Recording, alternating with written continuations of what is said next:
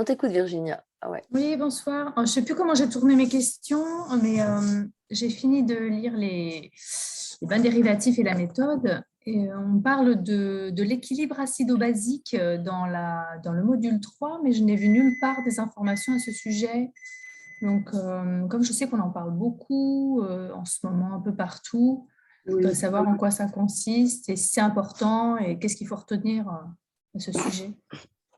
ça fait partie des sujets qui permettent de beaucoup parler, de garder des patients pendant des années en leur donnant des compléments alimentaires et qui se règlent en 1 semaine ou 2 semaines avec la méthode.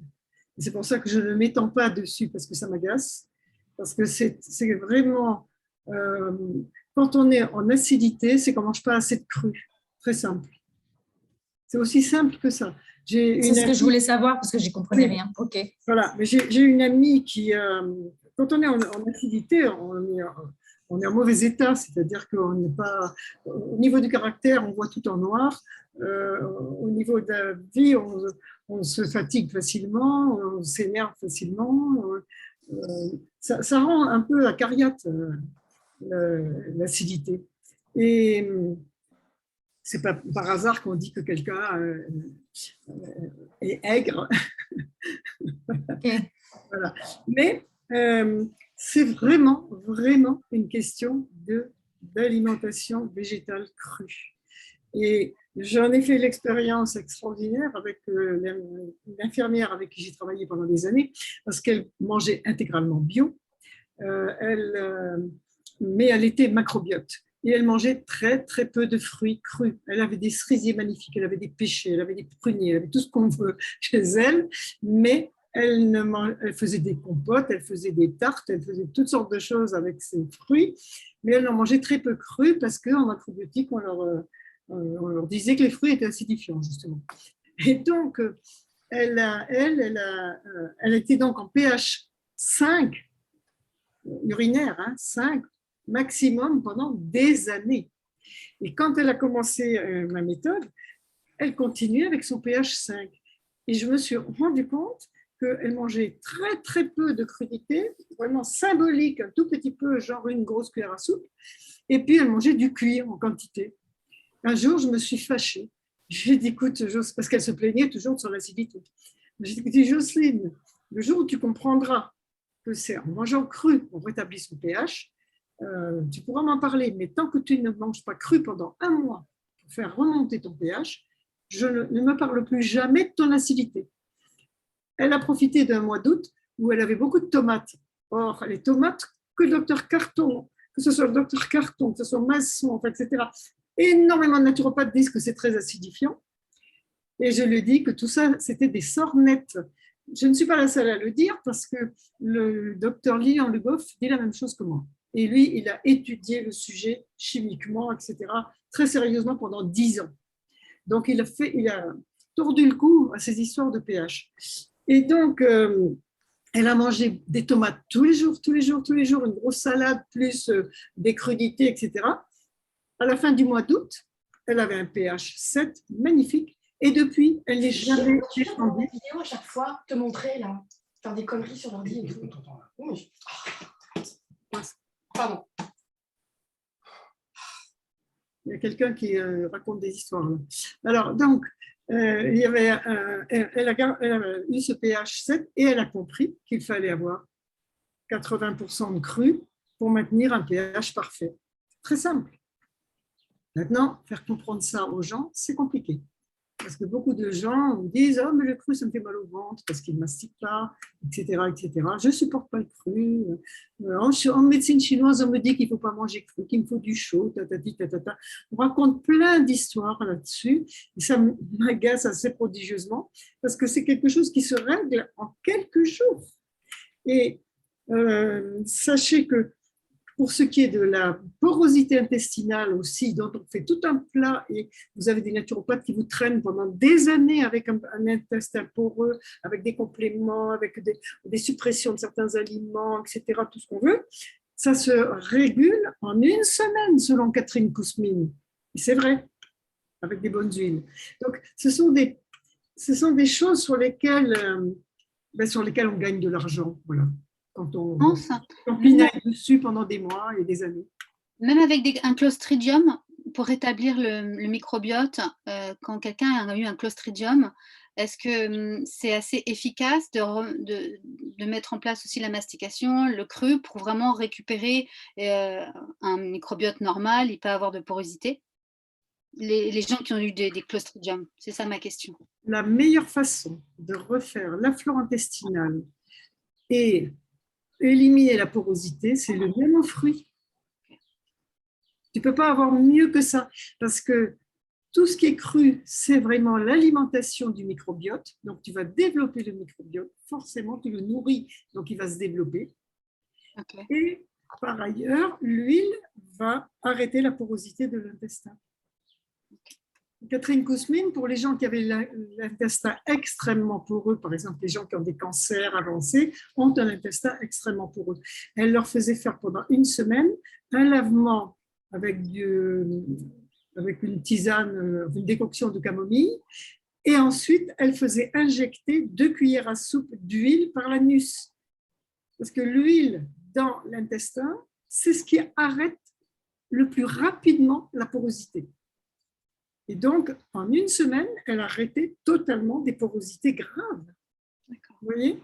Donc, ça, ce sont des choses, c'est très, très facile de régler ces problèmes de porosité et de microbiote et d'acidité, mais c'est des choses qui font gagner beaucoup d'argent pendant longtemps à des gens qu'on reçoit tous les 2 mois pendant 2 ans, en leur donnant des compléments alimentaires et en leur supprimant certains aliments, pour pas qu'ils aient certains symptômes.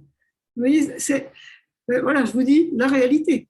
Vous savez, en naturopathie, c'est comme en allopathie, il y a des astuces inconscientes, pas forcément. Ceux qui ont fait les écoles de naturopathie, ils ne perçoivent pas ça. Ils ne s'en rendent pas compte, forcément, évidemment, parce que ce n'est pas dit comme ça. Ça va de soi. Mais c'est un pli qui a été pris par la naturopathie. Vous voyez ? Et ce pli est un pli pernicieux, à mon avis. Ils insistent vivement beaucoup sur les probiotiques. Hein. Ils en font vraiment, en tout cas. Et c'est tout un commerce. Ouais. Et les probiotiques, il ne faut jamais dépasser 1 semaine par an. Ouais. Alors que la plupart du temps, ils vous mettent ça. Moi, je sais que. Bien sûr, parce que. Toutes les 3 semaines, allez, probiotiques. Parce qu'il y a un gros business derrière. Il y a la L-glutamine aussi. Oui, il y a la L-glutamine. Bien sûr. Ouais.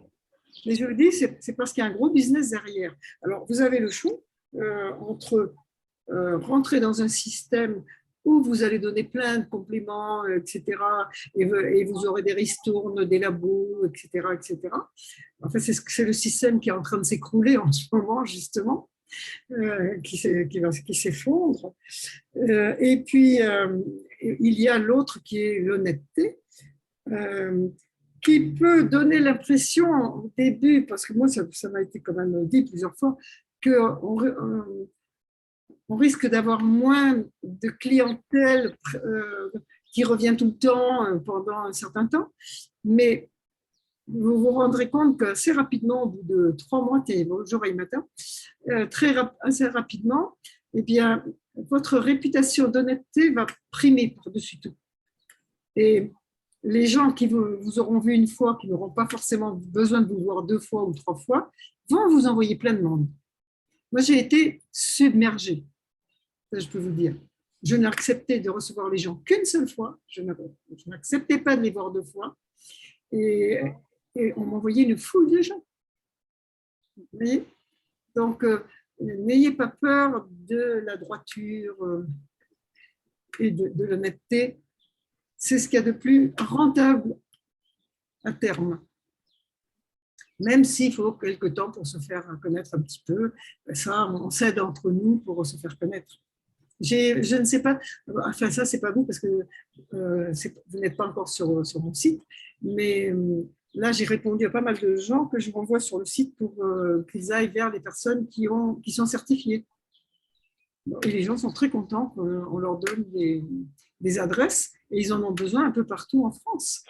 Et comme vous n'êtes pas tous au même endroit, eh bien, ça va vous faire du monde parce qu'il y a des gens de partout qui vont vers cette simplicité maintenant. Vous voyez ? Et c'est logique. En plus, s'il y a tous ces problèmes d'évaluation de la monnaie, plus pénurie, etc., qu'on nous annonce joyeusement, ça sera encore plus important. Quitte à se faire payer avec des lentilles et du riz. Non, mais vous voyez, Un échange. ah, bien sûr. Oui.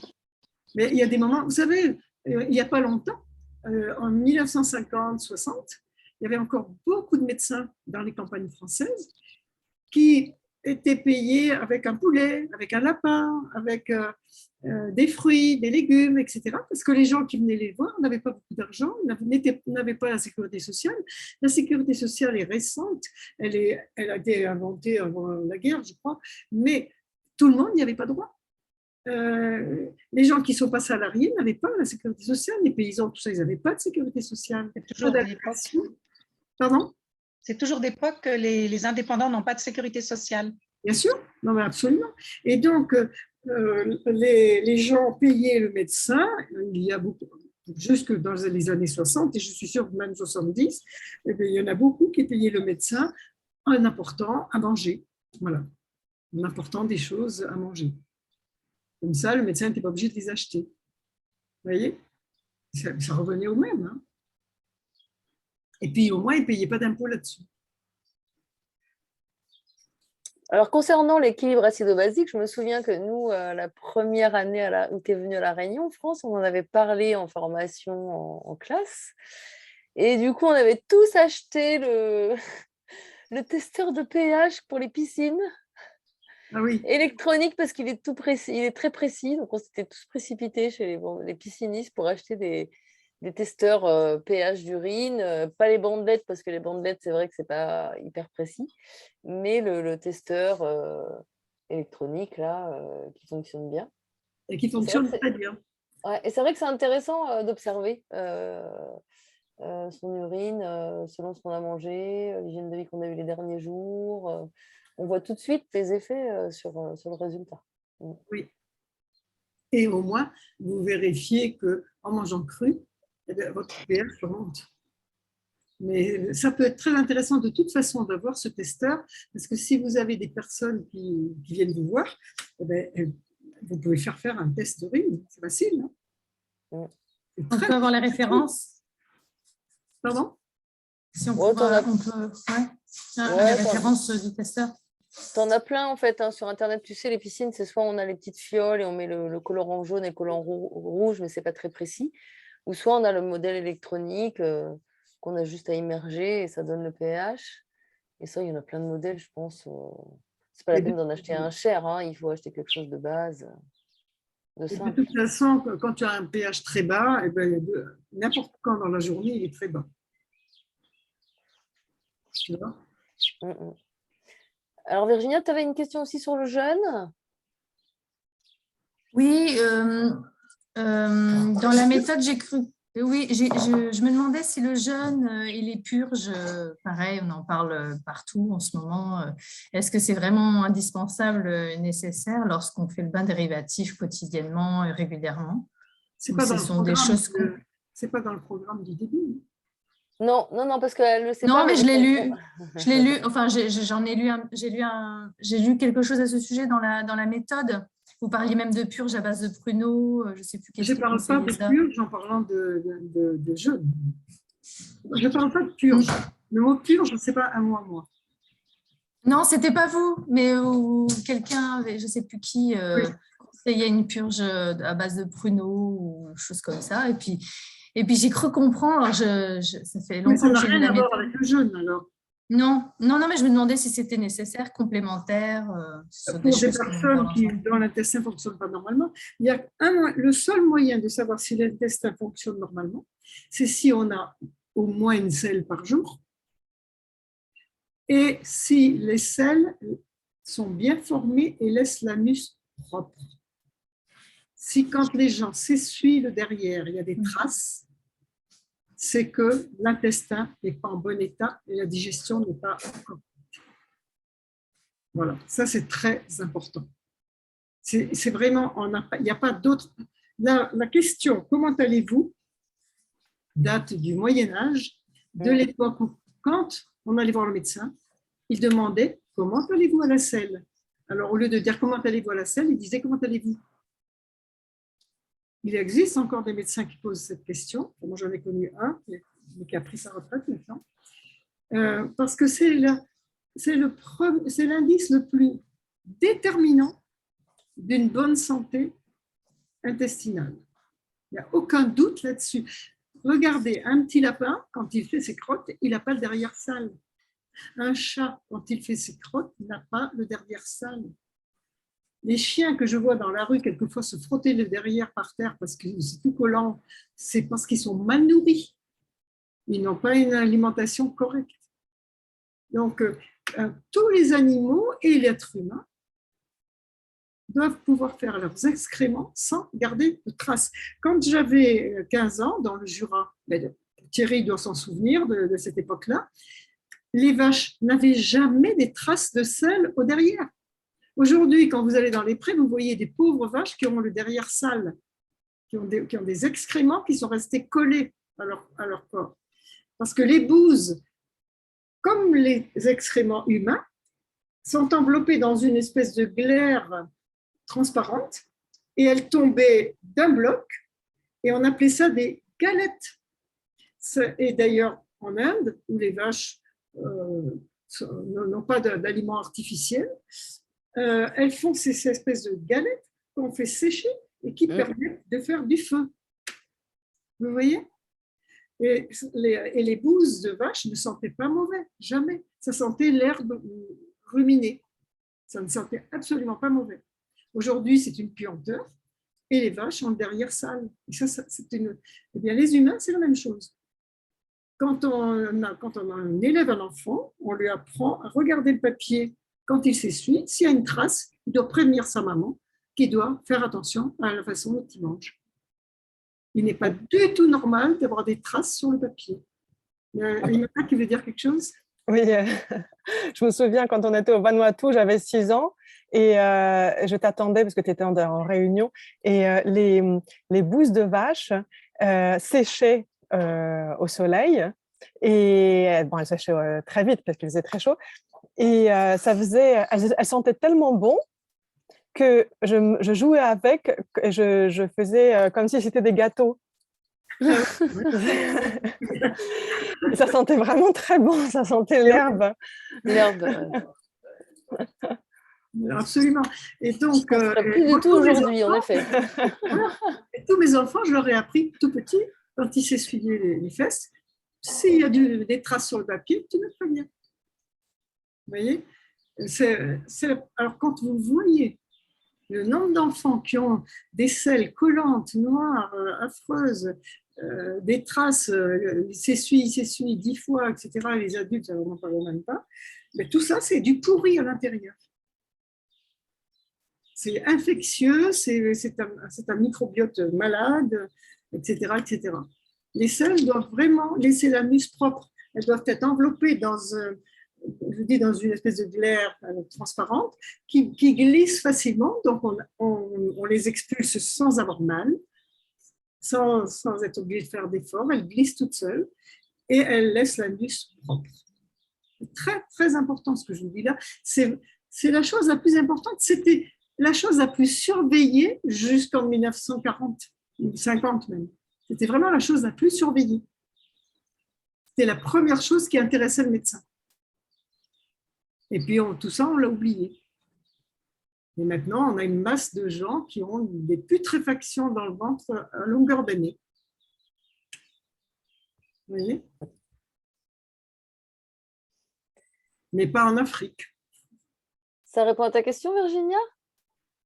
Oui, donc dans ces cas-là, on n'a pas besoin de faire… Alors, enfin, je fais pas l'amalgame des deux, mais en fait, moi, j'ai déjà fait une purge suivie d'un jeûne. C'est pour ça que j'allie les deux, en fait. Parce que alors, moi, je suis absolument contre les purges avant un jeûne, contre les purges, contre les lavements, etc., avant un jeûne. Je préfère qu'on descende tranquillement par l'alimentation vers le jeûne, parce qu'aucun animal ne fait ça. Et Rien que le mot purge, moi, me hérisse un peu le poil parce que c'est violent. C'est toujours violent. Et le corps n'aime pas les violences. Donc, justement, je voulais savoir si c'était possible, enfin, si on pouvait, enfin, si c'était indispensable de faire des purges. Pas du tout, et surtout, même, il faut éviter tout ce qui est brutal. C'est extrêmement important. Et moi, je m'oppose complètement à ça. Il y en a qui font faire des choses comme ça avant une cure de raisin ou avant un jeûne. On n'en a vraiment pas besoin. Sauf peut-être quelques exceptions rarissimes, mais franchement, non. Et j'ai jamais vu un animal se mettre un tuyau dans le derrière pour se nettoyer l'intestin, ni se purger de façon à avoir des selles rapides, etc., etc. Tout ça brutalise le corps. Et il ne faut jamais brutaliser le corps. Et je suis assez horripilée de voir toute la littérature qu'on voit dans la littérature féminine, dans tout le monde un peu snob, détox. Là. Le mot détox, je ne l'utilise jamais. Parce qu'il regarde le corps. Vous savez, moi je connais des gens qui se font des lavements tous les jours. Il faut quand même se rendre compte jusqu'où ça va, ces histoires-là. Quand j'avais 15 ans, les gens ne faisaient pas de choses comme ça, mais beaucoup allaient à la messe le dimanche. Et pour pouvoir communier à la messe du dimanche, il fallait qu'ils aillent se confesser leurs péchés. Donc, ils allaient à la confession toutes les semaines pour pouvoir communier le dimanche. Et ils cherchaient les péchés qu'ils avaient pu faire. Et puis quand ils n'en trouvaient plus, parce que quelquefois ils n'en trouvaient pas du tout, ils disaient « j'ai péché par omission, sans faire exprès. Voilà, j'ai péché sans me rendre compte ». Ce qui faisait bien sourire les prêtres. Moi, j'appelle ça se récurer l'âme. Ils se récuraient l'âme pour essayer de trouver les choses pas gentilles qu'ils avaient pu faire dans la semaine pour pouvoir se faire pardonner par le bon Dieu, pour pouvoir communier. C'était ça l'idée. Eh bien, aujourd'hui, les gens font exactement la même chose avec leur corps, avec leur derrière, avec leur estomac, avec leur intestin, etc. Ils se récurent sans arrêt. Je connais des gens qui passent d'un nettoyage à un autre toute l'année. Il y a plein de gens qui, au moins une fois par mois, se font un nettoyage. Plein de gens. Comme s'ils étaient très sales de dedans. Vous voyez ? Comme s'ils étaient encrassés. Or, quand on mange correctement et qu'on fait les bains dérivatifs, on n'est pas encrassé, on n'a pas besoin de faire ça. Vous voyez l'idée ? Et même pour une personne qui a du surpoids, etc., je préfère que ça se passe en douceur, tranquillement, sur la durée, un peu plus long, mais sans brutaliser le corps. Parce que quand on brutalise le corps, on le paye toujours. D'une façon ou d'une autre, on le paye toujours. Vous voyez ce que je veux dire ? La douceur est extrêmement importante. Est-ce que c'est clair ? Est-ce que vous avez des autres questions à ça ? C'est important, cette douceur. Oui, ça m'arrange. Tu vois ? Si tu fais le bain dérivatif tous les jours, correctement, que tu manges principalement 5 jours sur 7 correctement, tu n'as pas besoin de ces choses-là. Le jeûne, moi, il ne m'intéresse que pour le travail de régénérescence, ce qui est tout à fait autre chose, et pas pour un travail de nettoyage. Pour moi, le jeûne n'est pas un truc de nettoyage.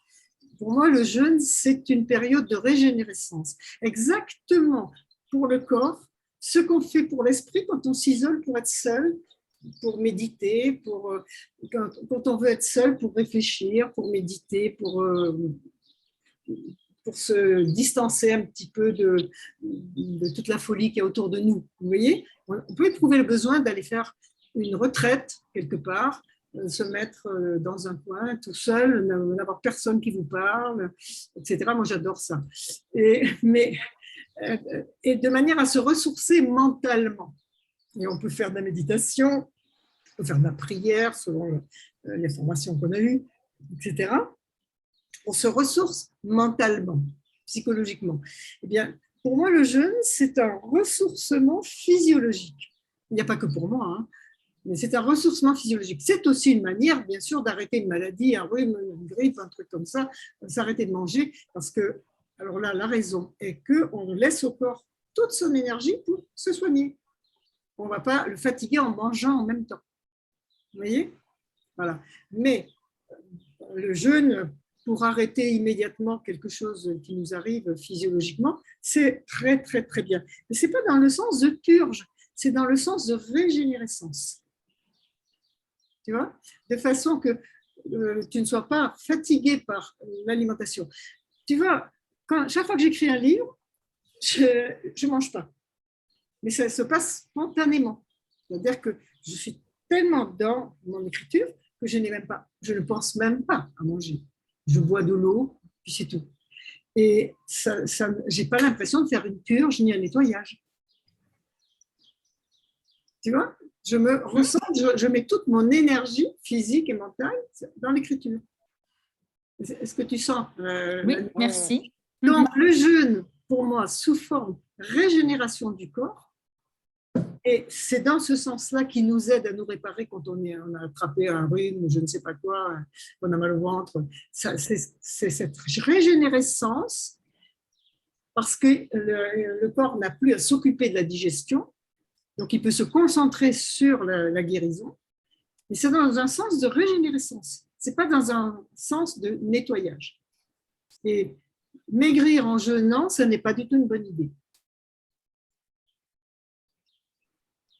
Tu vois, jeûner pour maigrir, ça n'est pas du tout une bonne idée, mais c'est l'idée la plus répandue. Tu vois? Est-ce que j'ai mieux expliqué là? Oui, tout à fait, merci. Bon, mais on en reparlera. Oui, on en reparlera dans le module 6, les cures, justement. Oui. Voilà, donc c'est un sujet dont on aura l'occasion de reparler. Alors, dans les mails, j'ai Laure aussi, Laure Dumeillat, qui avait posé des questions sur le bain dérivatif des bébés. Oui, je voulais juste un tout petit rappel pour les enfants de moins d'1 an, la durée maximale pour faire des bains dérivatifs. Je sais qu'on avait parlé de 20 minutes, mais est-ce qu'il y a une durée maximale ou on peut le faire tout au long? Alors ça, c'est à chaque maman de voir, parce que tu as des bébés qui sont très enveloppés, très musclés, qui ont beaucoup de puissance. Puis il y a des bébés qui sont tout menus. Voilà, les bébés, tu as toutes sortes de bébés. C'est particulièrement par exemple, pour des bébés où leurs dents poussent, 3-4 mois, les dents commencent à pousser. Donc, est-ce que, voilà, je me suis posé cette question-là. Alors, les bébés n'ont pas du tout mal avec leurs dents quand on leur fait un peu un dérivatif à chaque change. À chaque change, tu leur fais 3 ou 4 minutes ou 5 minutes avec de l'eau fraîche. Tu leur laves le sexe, enfin, tu leur laves les fesses avec de l'eau fraîche, et puis tu maintiens l'eau fraîche dans l'entrejambe pendant un petit moment en le mettant le bébé au chaud. C'est idéal. Sinon, on peut leur mettre des poches froides par-dessus la couche, mais alors là, il faudra la mettre plus longtemps. On va faire au moins 5 ou 6 séances d'une demi-heure dans une journée s'ils sont en train de faire leurs dents. 5-6 séances. Ça peut leur faire très mal. Ceci dit, il existe aussi en homéopathie des granules qui sont super. Ok. Je ne sais plus lequel c'est. Camilla. Ah oui, voilà. Petite fiole de Camilla. Oui, voilà, c'est Camilla parce que souviens-toi que je souffre comme 1000 chameaux. Je souffre comme 1000 chameaux et un chameau, c'est Camille. Il y avait aussi Belladonna aussi, non?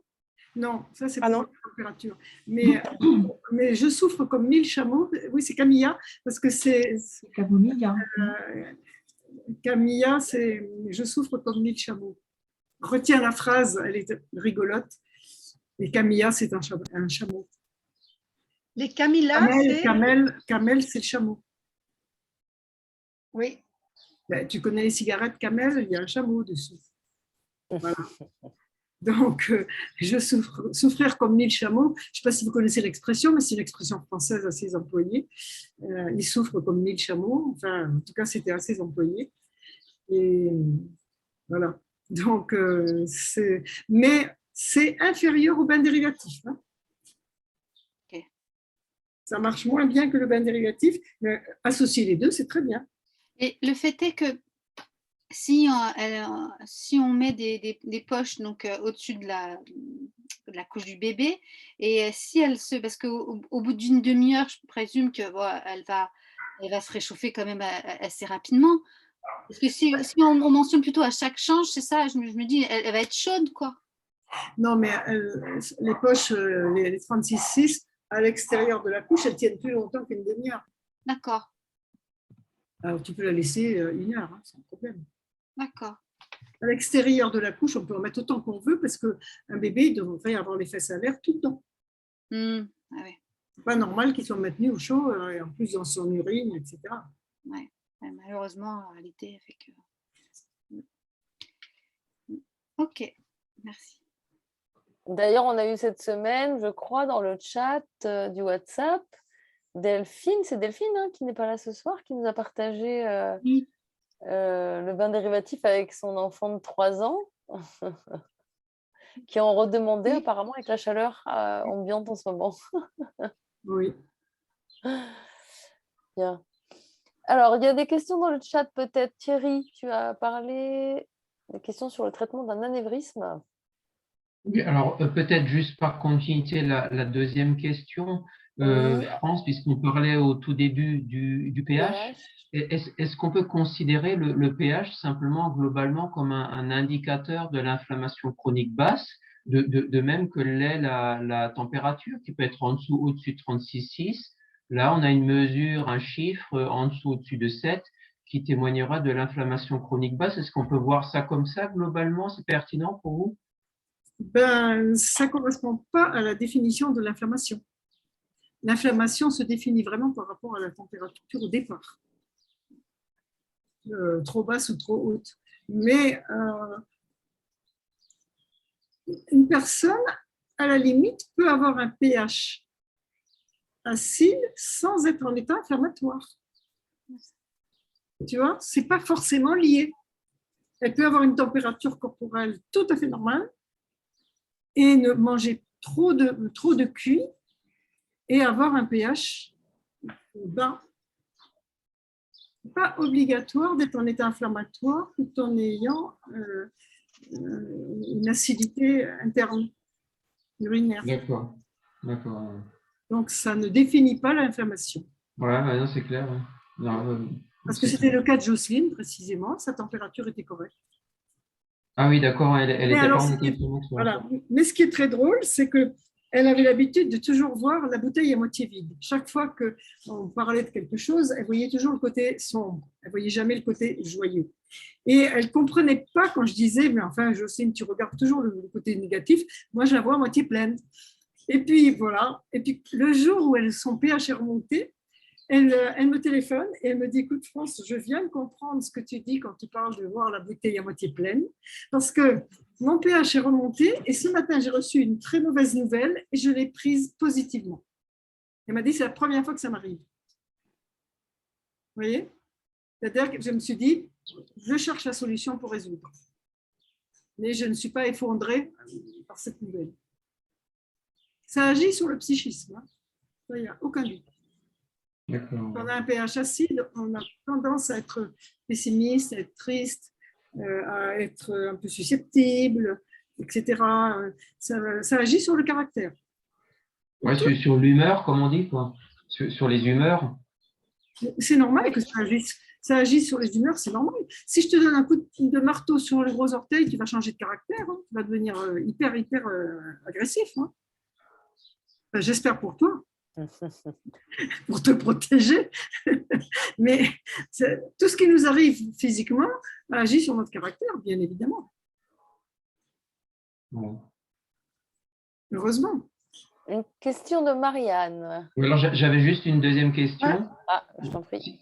Si je peux me permettre, qu'est survenue en fin de semaine dernière, la fête des voisins, une de nos gardiennes ici dans la copropriété nous dit que dans 10 jours, elle se fait opérer d'un anévrisme qu'on lui a découvert de manière, on va dire, non prévue lors d'un scanner suite à un accident de voiture. On a trouvé un gros anévrisme dans le cerveau Donc moi, après l'avoir écouté quelques minutes, ma réaction c'était, je dis écoutez, est-ce que vous ne pensez pas que ça peut être lié aux injections que vous avez reçues? Elle s'est posé la question effectivement. Du coup, moi, je lui ai dit bain dérivatif en particulier. Je lui ai dit faites ça pendant les 10 prochains jours. Peut-être qu'on verra l'anévrisme disparaître avant que vous soyez opéré, puis ça serait une nouvelle miraculeuse. Est-ce que ça vous paraît pertinent, France? Je pense à l'angiogenèse, au fait que les fascias réduiraient cette hernie, on va dire, sur la veine. Est-ce que c'est plausible? Est-ce qu'elle a quelque chose à risquer à essayer ça? Ben, si on veut l'opérer, c'est qu'il y a urgence. Donc, il vaut mieux laisser faire.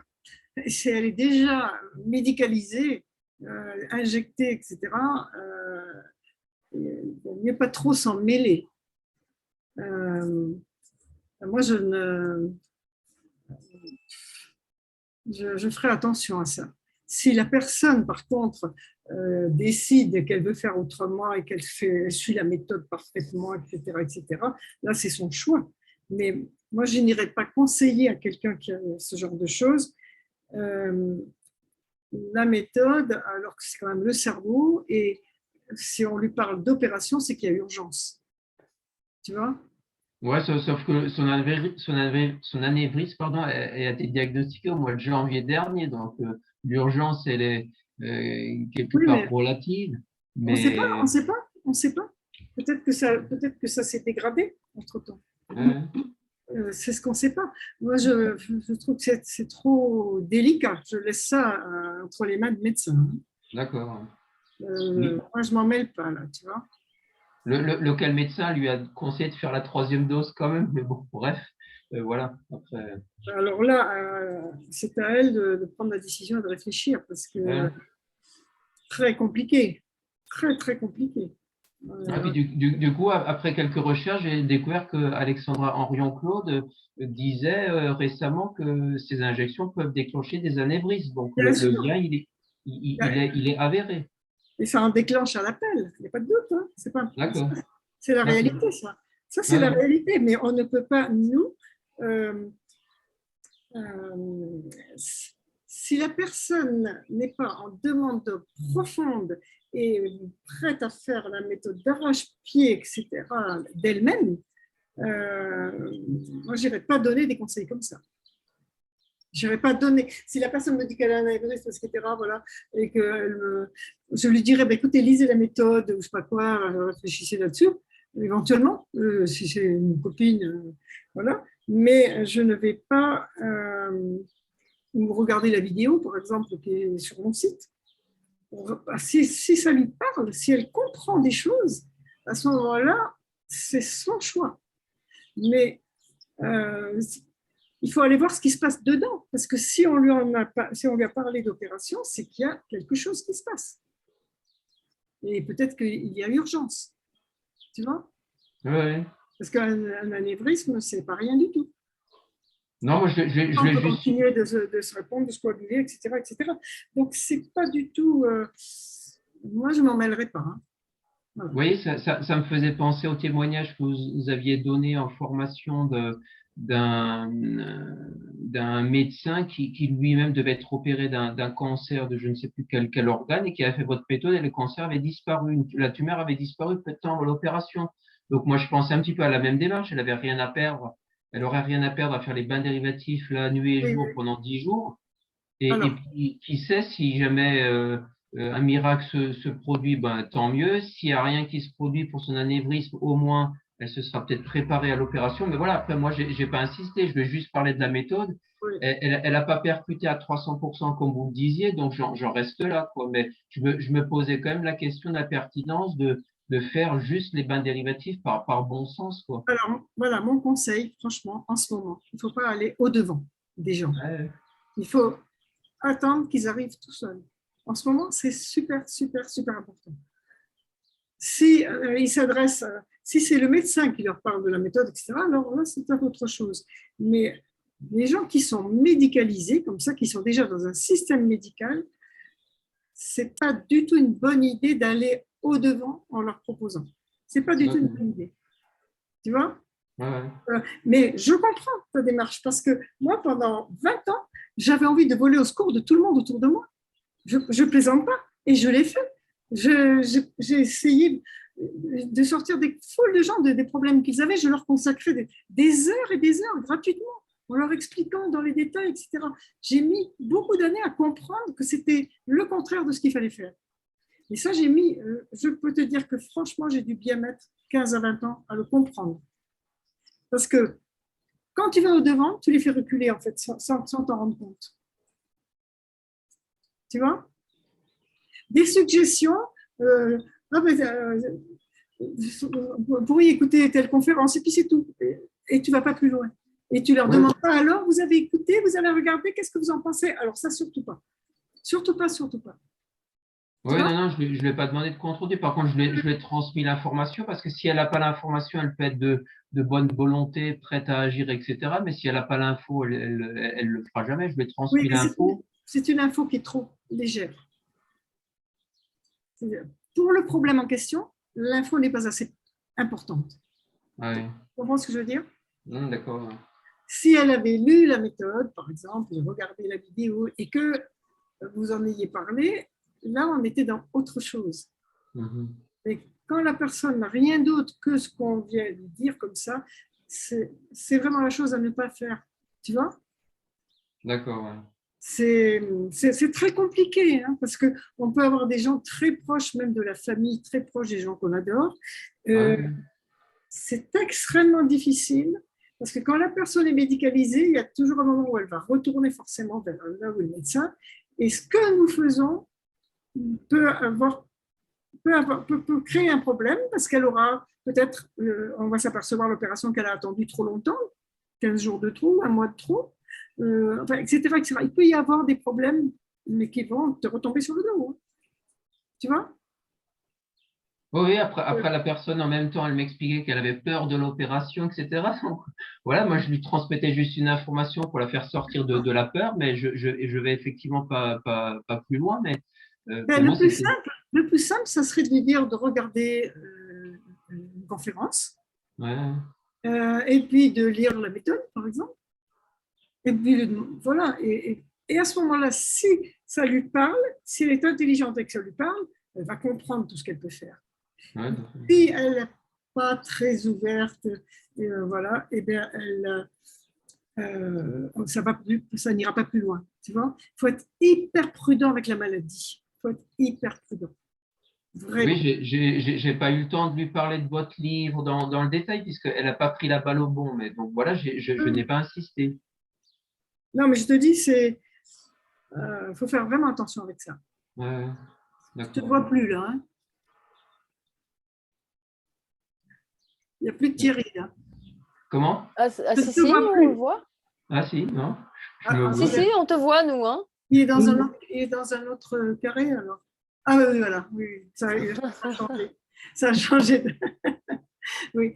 Non. Il faut faire vraiment attention avec ça. Moi, les personnes qui sont médicalisées, je suis hyper prudente. Parce qu'en plus, tout ce que nous faisons va très à l'encontre de ce que fait la médecine en général. Quand les gens ont un cancer, l'alimentation qu'on leur recommande, c'est celle qu'on leur interdit. Très simple. On leur interdit les crudités, on leur interdit les amandes, les noisettes, etc. On leur interdit tous ces trucs-là. Et puis, voilà. Donc, il faut faire vraiment... On peut dire aux gens d'aller voir une conférence, lire un bouquin, sans insister. On dire, voilà, moi, j'ai trouvé des bonnes idées là-dedans. Mais si on n'est pas médecin soi-même, il vaut mieux être hyper prudent. Tu vois?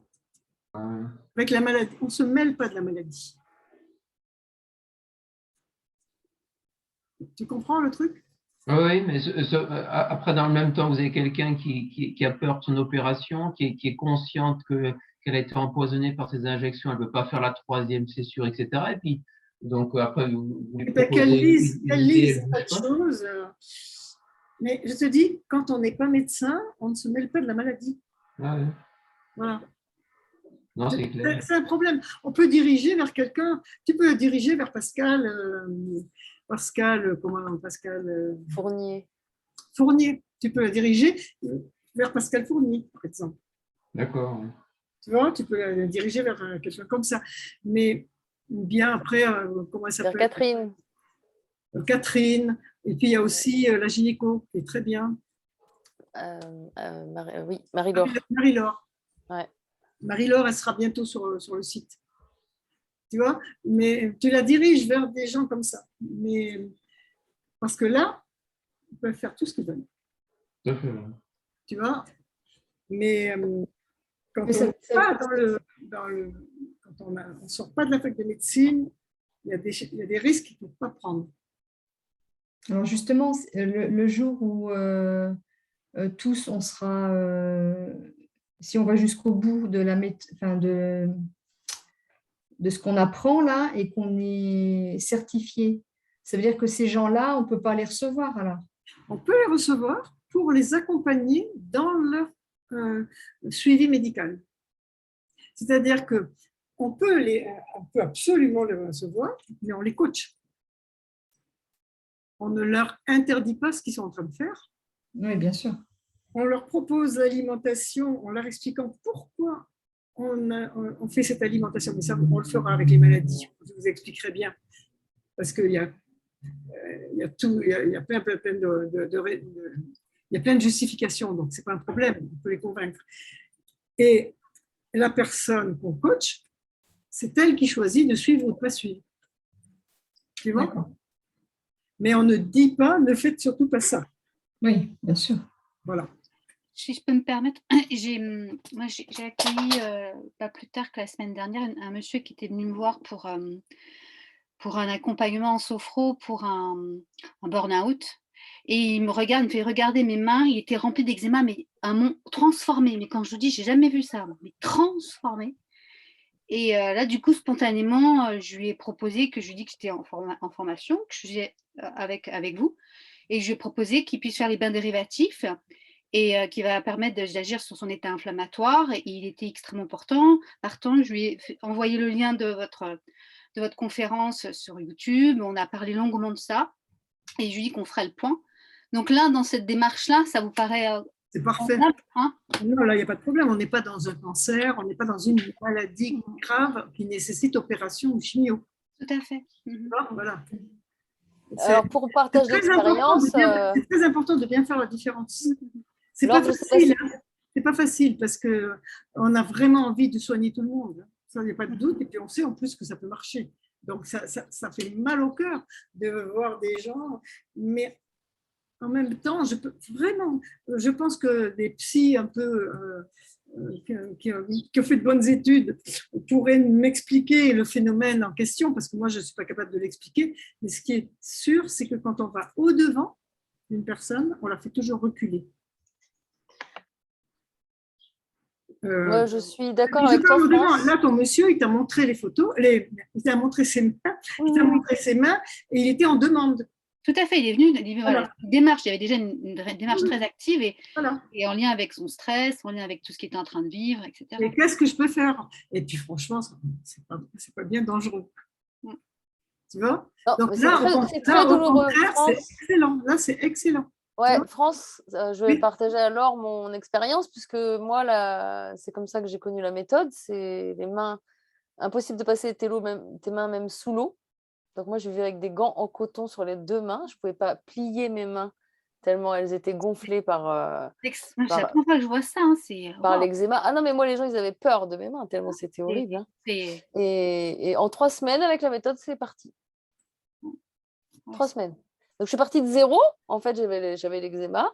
Je connaissais pas la méthode. Je connaissais les bains dérivatifs, mais je ne connaissais pas la méthode dans la globalité. J'ai fait la méthode dans la globalité, tout.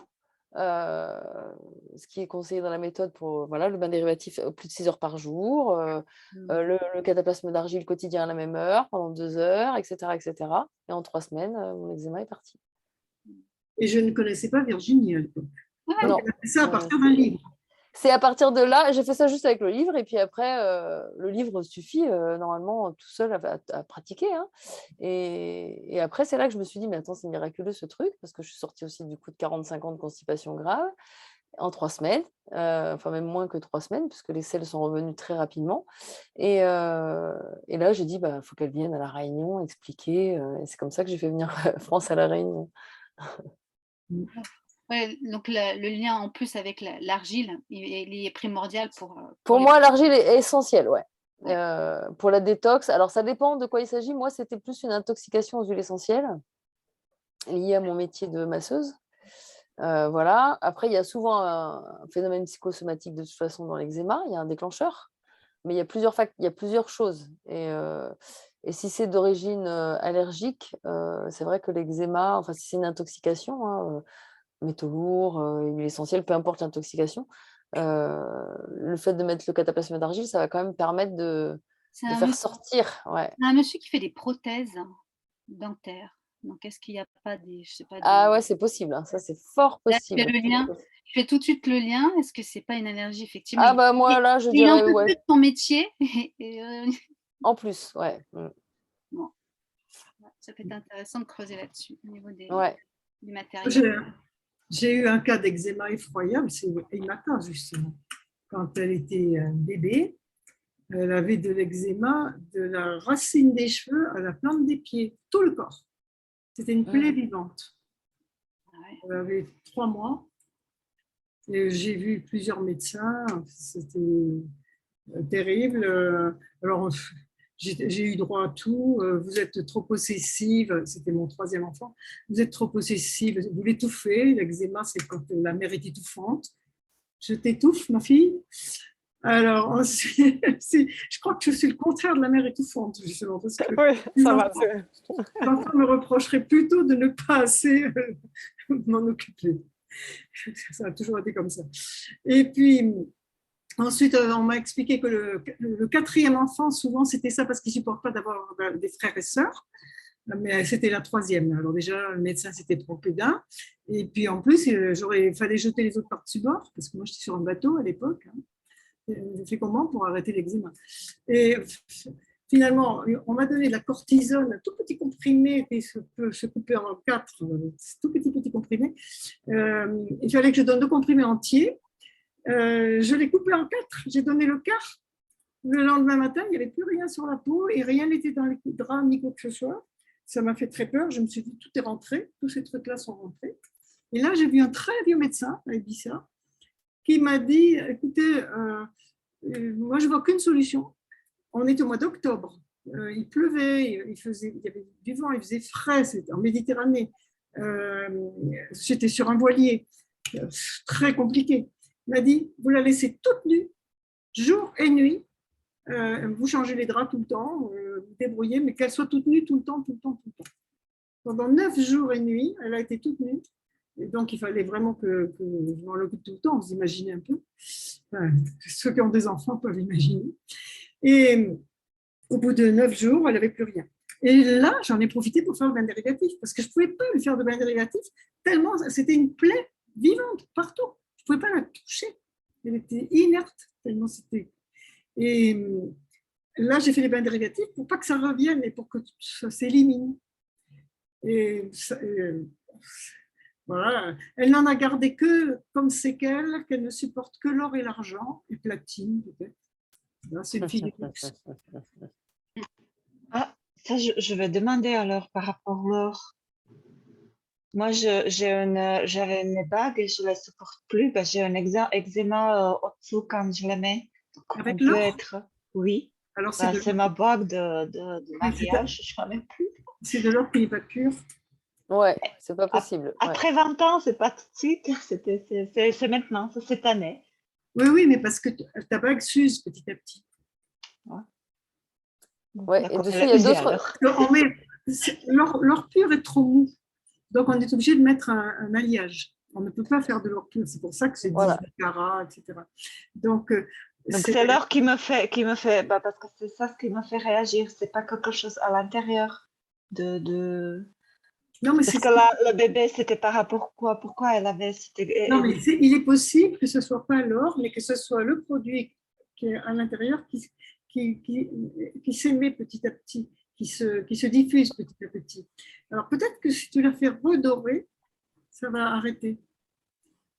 Oui, parce qu'en fait, dans les bijoux, il y a du nickel et il y a énormément de gens qui sont allergiques au nickel. Le nickel, on le trouve dans les fourchettes, on le trouve dans les poignées de porte, on le trouve dans les bijoux, on Oui, trouve du nickel partout, partout, même dans partout, l'or. partout. Et même dans l'or. Et oui, et donc du coup, en fait, il y a beaucoup de gens qui deviennent allergiques au nickel aussi parce qu'il y en a partout. Et c'est souvent le cas, les allergies en fait dermiques comme ça, de contact, Oui. parce que moi j'ai bien étudié la question, à cause d'une surexposition. Voilà, surexposition comme les coiffeurs, comme le dentiste, comme voilà, ton bijou que tu as depuis 20 ans sur ta main, c'est une surexposition à une matière et ton corps, au bout d'un moment, le rejette. Alors, essaye de remettre une couche d'or sur ta bague et regarde ce qui se passe. Tu vois, ils peuvent la plonger dans l'or pour en mettre une petite pellicule et tu verras si tu as toujours cette réaction. Alors, juste pour les allergies dermiques comme ça, je vais vous donner juste quelques produits externes de soulagement parce que ça ne va pas soigner le problème, il n'est pas là. Mais pour soulager les mains ou les endroits où on pourrait avoir des douleurs d'eczéma, il faut se rincer les mains avec de l'argent colloïdal. Donc, on met de l'argent colloïdal directement comme ça sur les mains. On fait bien sécher, surtout bien sécher, bien sécher. Et puis ensuite, on met de l'huile de nigel ou cumin noir, hein, c'est la même chose, qui est vraiment très, très, très excellente pour tout ce qui est psoriasis, eczéma. Et il y a une crème aussi, quand on ne peut pas mettre de l'huile, qui est plus pénétrante, parce que l'huile, c'est délicat, il faut mettre des gants après si on veut la garder longtemps ou si on veut toucher des choses, si on est actif. C'est Centella asiatica. Centella asiatica, c'est une racine asiatique.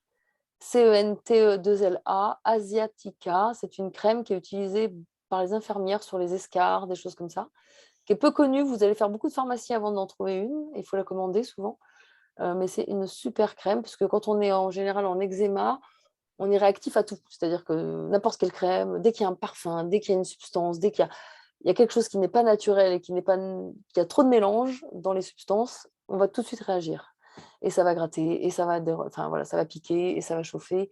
Donc vraiment, pour avoir des choses très neutres qui soignent l'extérieur, comme ça, je vous conseille ces trois remèdes qui sont vraiment efficaces à prescrire sur les personnes. Souvent, ça les soulage vraiment.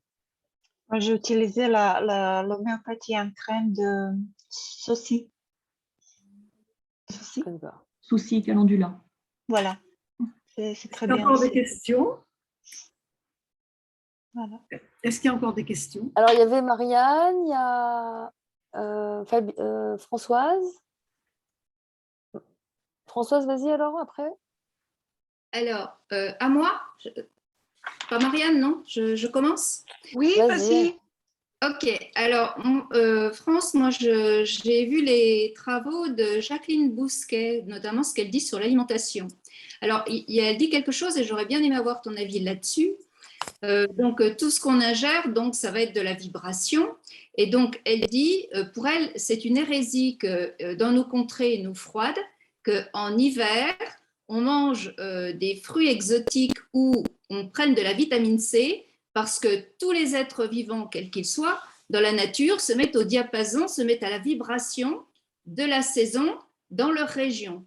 Et nous, on serait le seul mammifère qui ingérerait des choses qui viennent d'ailleurs et on ne serait pas en vibration par rapport à la saison et à la région d'où on vit. Elle dit que ça nous fatiguerait inutilement le corps. Alors, c'est complètement faux. C'est complètement faux. C'est vrai si en hiver, tu travailles dehors avec tes mains. Voilà. Et que tu n'as pas de doudoune, parce qu'avant, on travaillait sans doudoune, et que tu n'as pas un tracteur climatisé, et que ta voiture n'est pas climatisée, et que tu travailles dehors. Là, tu vis l'hiver. Mais nous vivons en température tropicale à longueur d'année. D'accord. Parce que quand j'avais 15 ans, on ne chauffait pas les chambres. Quand on allait se coucher, on mettait une bouillotte dans le lit. On ne chauffait que l'endroit où on était principalement. C'était, pour beaucoup de gens, c'était la cuisine, parce qu'il y avait la cuisinière, etc., une cuisine un petit peu grande. La pièce commune. Les bureaux n'étaient pas chauffés. Les écoles n'étaient pas chauffées. Les enfants, si tu vois des photos des enfants des années 60 à l'école, eh bien, ils ont un manteau Ils ont des mitaines, c'est-à-dire des gants dont les bouts de doigts sont dégagés, et ils écrivent au porte-plume avec leur mitaine. Voilà. Alors ça, c'était un vrai hiver. Les gens devaient lutter contre le froid. Aujourd'hui, de l'hiver, tu connais quoi? Même s'il fait -20, tu traverses la rue, c'est tout. Donc, c'est rien du tout. Tu ne marches pas des kilomètres dans le froid et avec des vêtements simples comme on faisait avant, qui n'étaient ni des doudounes, ni tout ce qu'on a aujourd'hui comme, comme matériaux contre le froid. Tu comprends? D'accord. Oui. Toutes les pièces sont chauffées, etc. Donc, nous vivons en conditions estivales, en conditions, nous sommes toute l'année en conditions tropicales douces, comme les températures qu'on avait à Tahiti et qui existent toujours à Tahiti. Tu vois? Et donc, par conséquent, maintenant, justement, on a besoin de ces... D'ailleurs, de plus en plus, tous ces fruits tropicaux poussent en France. Ils poussent en France, ils poussent en Espagne. En Espagne, tu as des papayes, tu as des mangues, tu as des goyabes, tu as de tout en Espagne. Tout ça, ça pousse en Espagne. J'ai des amis qui ont acheté toute une grande vallée dans le sud de l'Espagne. Ils ont des avocats, ils ont des goyabes, ils ont des bananes, ils ont des mangues, ils ont tout ce qu'on veut. Ils font même des confitures et tout ça qui vendent sur les salons bio à Paris. Donc, ils en ont vraiment beaucoup. Donc, nous ne vivons plus du tout dans les mêmes conditions. Donc, elle répète ce que disaient les gens, les hygiénistes, en 1920.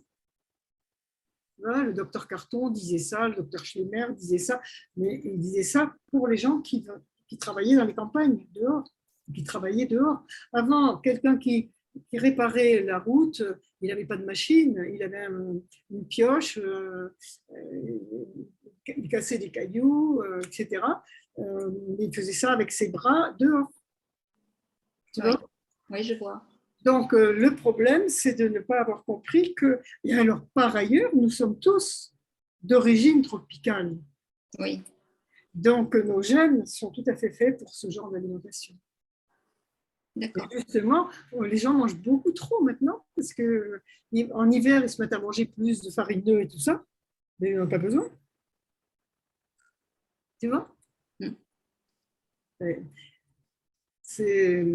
Il y a juste quand tu arrives de dehors qu'il fait froid, tu as envie d'un truc chaud, ok? Mais c'est tout. Mais une fois que tu es chez toi, tu te déshabilles, hein? Tu restes pas avec ton manteau. Tout à fait, oui. Tu vois? Donc, aujourd'hui, on peut dire qu'en hiver, on s'habille léger en dessous et on a un gros manteau. Ça, c'est le plus confortable en général. Parce que quand on arrive, on se déshabille, tu ne peux même pas rester avec un bon pull de montagne parce que tu as trop chaud. Tu vois? Oui. Donc, ce truc-là, c'est du bon sens. Hein. Tu comprends que c'est vraiment du bon sens. Ben oui, je ne comprenais pas pourquoi elle disait ça d'ailleurs. Hein. Oui, c'est du bon sens élémentaire. Et ça, c'est quelqu'un qui répète ce qu'ont dit des hygiénistes avant. Oui. Tu vois? Mais c'est intéressant. C'est une très, très bonne question parce que il y a beaucoup d'écoles de naturopathie où on t'enseigne ça. On te dit qu'il faut manger selon les saisons. Tu vois? Oui. Et la vitamine C, on en a besoin en hiver contre les rhumes et toutes ces choses-là. Et je peux te dire même que moi, quand j'enseignais à l'éducation nationale, il y avait des enfants qui étaient enrhumés, il y avait des rhumes, des gastro, des trucs comme ça. C'est le moment où je mangeais le plus cru pour me prémunir justement contre tout ça. Or, les gens te diraient qu'en hiver, il faut manger chaud. Oui, alors que ça fatigue inutilement le chaud, effectivement. Bien sûr. Tu vois? Oui. C'est bien clair pour tout le monde, ça? Alors, nous vivons en conditions tropicales à longueur d'année. Nous sommes maintenant notre température. D'ailleurs, la meilleure preuve, c'est qu'on trouve qu'il fait trop chaud en été et qu'il fait très froid en hiver. Vous voyez? Et les gens rafraîchissent leur maison, etc. en été. Et en hiver, ils chauffent. Voilà. Et ils chauffent même les terrasses. Ouais. Vous voyez? Après, on avait une question de Marianne, je crois. Oui, moi, je voudrais juste dire qu'on est bien sur les poches à glace avec nos chaleurs de 28, 30, 33 degrés. Et puis, pardon? Tu es en Suisse? Oui. À quel endroit? Il fait 33 degrés la journée. Oh là là. Alors là, on a 26 degrés, ça vient de baisser, c'est bien. Donc, ça me fait beaucoup de bien. Et puis, pour être quelqu'un qui a des mycoses depuis plus de 40 ans, j'ai fait tous les médecins. On m'a dit que j'étais psychiatrique, enfin, j'ai tout entendu. Et la dernière fois, chaque fois que j'ai des chocs un peu physiques ou émotionnels, je déclenche ça. La dernière fois, au mois de janvier, j'ai mangé 20 bouteilles de mycostatine, ce qui n'est pas beaucoup parce que d'habitude, c'est 30 avec de la cortisone et tout ce qu'on veut. Et là, depuis les bains dérivatifs et depuis les miamofruits, c'est fini. Donc, je suis contente. Hein. Alors, petit détail important pour la chaleur que tu viens de dire, là. Si vous avez des personnes autour de vous qui partent en hyperthermie, il y a des personnes âgées, des personnes très volumineuses qui n'arrivent plus à faire baisser leur température. Il ne suffit pas de leur mettre des poches froides dans l'entrejambe, il faut leur en mettre sous les aisselles aussi. Écoutez bien, c'est important. Hein. Si une personne est très volumineuse, très grabataire, ou est toujours dans son fauteuil, ne bouge pas beaucoup, ou son fauteuil roulant, et n'arrive pas à faire baisser sa température, parce qu'il y a des gens qui meurent d'hyperthermie quand il fait trop chaud. Et pour éviter ça, eh bien, il faut mettre des poches froides, non seulement dans l'entrejambe, mais il faut en mettre sous les bras, sous les aisselles. Alors, c'est un peu compliqué, on l'a fait tenir en serrant les bras, hein, mais il faut mettre vraiment des poches froides sous les aisselles. C'est important. Alors, pour les fortes fièvres aussi, on fait ça. Très, très forte fièvre. Pardon? France, pour une très forte fièvre, on fait ça aussi, non? Bon, ça peut, mais s'il fait chaud en même temps, oui. Ouais. Oui, si on a de la fièvre et qu'il fait chaud, oui, ça va aider à aller beaucoup plus vite. Et si vous avez vraiment quelqu'un de très, très gros chez vous et que la personne, tout d'un coup, monte en température, ben, vous sortez tout ce que vous avez dans le congélateur, vous le mettez sur elle. Hein. Les sacs de frites, tout ce que vous voulez. Alors, est-ce qu'il reste des questions dans le groupe là? Moi, j'ai une question. C'est par rapport aux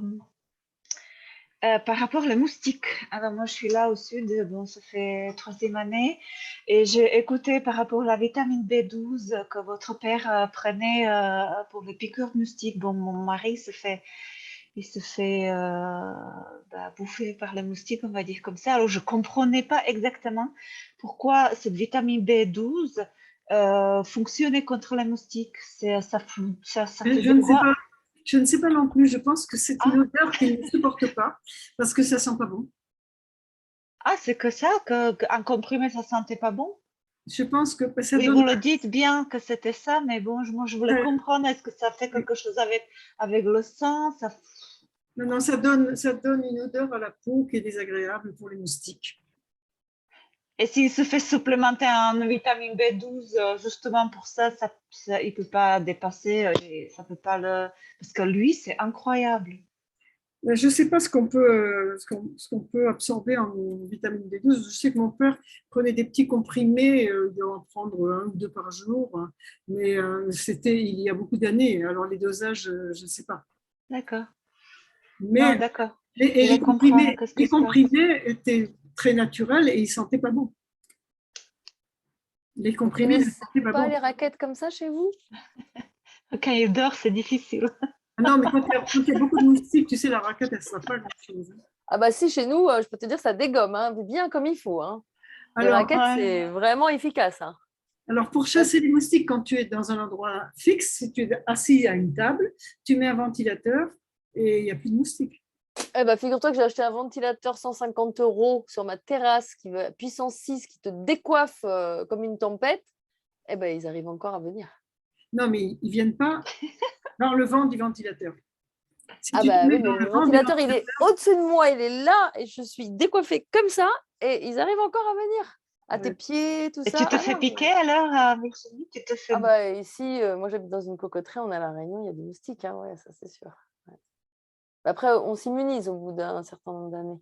Mais c'est drôle, donc, comme vous avez expliqué par rapport au sang, qu'il a donc une température plus élevée, si j'ai bien compris. C'est là où les moustiques sont attirés. Et sur nous quatre, bah, moi et mon grand, moi de temps en temps, mon grand, il s'est jamais fait piquer depuis qu'on est là. Et mon mari est le plus petit, mais le pauvre, voilà. Donc, je me suis dit, est-ce qu'il y a quelque chose à travailler dessus? Ben, moi, ce que j'avais constaté, c'est que mon père était le seul qui se faisait piquer par les moustiques. Ni ma mère, ni mon frère ou ma soeur, on ne se faisait pas piquer. Mais mon père était le seul qui buvait un petit verre de vin à chaque repas. Il ne buvait pas beaucoup. Hein. Voilà, c'était la différence entre mon père et nous. Non, le petit ne boit pas, mon mari non plus. Bon, d'accord, ben, on va essayer encore quelque chose. Bon, alors normalement, en homéopathie, alors moi j'avais vu une émission E égale M6 qui disait qu'en fait c'était une idée reçue de croire que les moustiques aimaient le sucre. En fait, ils aimaient le sang salé. Je ne sais pas si c'est vrai, mais dans une émission de E égale M6, ils avaient expliqué que le moustique aimait le sang salé. Voilà. Alors moi j'ai pas de chips à l'apéro. Ouais, le petit l'aime bien ça. Moi, ça me parle parce que quand on est sur la plage des temps salés, ici, qui est une grande plage de sable noir, l'été, au coucher du soleil, dès que le soleil tombe, tout le monde regarde le coucher de soleil, essaie de chercher le rayon vert, etc. Et on est donc en bord de mer, sur des grosses vagues, voilà, où il y a de l'iode et il y a du sel. Et dès que le soleil se couche, là, vous voyez tous les gens sur la plage qui font tac, tac, tac, et qui s'en vont en courant de la plage parce que tous les moustiques arrivent d'un coup en nuage. Il y a des périodes comme ça de l'été. Et donc, ils sont présents sur la plage qui est quand même salée. Donc, alors, est-ce que c'est vraiment... Oui, non, mais... D'ailleurs, quand vous sortez de la mer et que vous n'avez pas pris de douche, on se fait défoncer, excusez-moi du terme, par les moustiques, quoi. Non, mais même quand tu es dans une vallée où il n'y a pas de sel, où il n'y a pas la mer, etc., à 6 heures du soir, juste au moment du coucher du soleil et la suite, c'est le moment où ils se reproduisent. Et donc, c'est le moment où ils vont chercher du sang. Oui, tout à fait. Ça, c'est normal. C'est l'heure de la reproduction. Oui. Par rapport à qui pique, pourquoi il y en a qui se font piquer et d'autres pas. Alors, il y en a d'autres qui disent en théorie que tout le monde se fait piquer, mais que certains ne réagissent pas, donc ne sentent pas. Il y a aussi cette version des Louis choses. Kuhn dit que ce sont ceux qui ont le sang dans le moins bonne... ce sont ceux qui ont un sang à la bonne température et de bonne composition ne sont pas piqués. C'est ce que dit Louis Kuhn. Hein. Moi, je suis très, très peu piquée par les moustiques, mais je ne sais pas. Ouais, bon, c'est pas grave. C'était par rapport à la vitamine B12. Apis mellifica en préventif. Moi, je prends beaucoup de levure et peut-être que, comme il y a de la vitamine B12 dans la levure, c'est possible. Je consomme beaucoup de levure. Je ne sais pas. Ok, bon. À voir. On va étudier la mystique. Est-ce qu'il reste des questions pour ce soir? Marianne? On va pas Je voulais juste dire par rapport à, comme disait Thierry, d'avancer notre méthode et des conseils de méthode. Souvent dans les techniques d'entretien psychologique, puisque comme sage-femme, on fait beaucoup de consultations, quand on veut trop faire, on perd nos clients d'une part, et d'autre part, on les déstabilise et il n'y a plus rien qui rentre et voilà, c'est fini. Donc, il faut vraiment aller très, très doucement. C'est pour ça que à vouloir trop bien faire, on fait le mal. Oui. Alors, mais moi, vraiment, j'ai mis beaucoup d'années à comprendre ça. C'est que quand tu vas vers les gens pour leur proposer gentiment, enfin, quand ils te parlent d'un problème et que tout de suite tu commences à leur proposer des trucs, en général, c'est la meilleure façon de les faire reculer. Mais c'est très. Tu as l'impression qu'ils te demandent quelque chose, mais tu leur proposes quelque chose qui est trop difficile. Tu vois? Je suis d'accord aussi par expérience, il faut les laisser venir en fait. Il faut leur donner un petit peu à manger, mais les laisser venir parce que sinon... Oui, c'est très très important. Il faut éveiller la curiosité, il faut faire du teasing en fait. Oui. Voilà, et une fois que vous avez commencé à éveiller la curiosité, ils s'intéressent, et puis bah, là, ils creusent et il faut qu'ils fassent la démarche par eux-mêmes parce que de toute façon, on ne peut pas être des béquilles. Oui. Donc, je ne sais plus qui est-ce tout à l'heure qui posait la question, c'est Annette, non? Sur, alors, quand on est praticien, qu'est-ce qu'on fait? Mais quand on est praticien, on conseille la méthode et on dit ça ne peut qu'améliorer l'état, ça peut que être bénéfique, etc., etc. Mais on ne dit pas qu'on soigne. Bon, ça, vous aurez Oui, plus bien tard. sûr. Voilà, c'est dans le. Ça, on vous donnera ça dans les serments du praticien à la fin de votre cursus de formation. Voilà, on ne parle pas de guérir ou de soigner. Il y a des mots qui sont réservés Voilà. à la médecine, très officiellement. Guérir, soigner, Santé. le mot santé, ce sont des mots que vous ne trouvez pas dans mes livres. Hein. Si vous lisez bien mes livres, vous ne trouverez pas ces mots-là.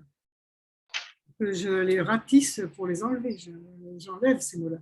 Donc la consigne, c'est toujours de rester prudent et d'être un conseiller, en fait. Voilà.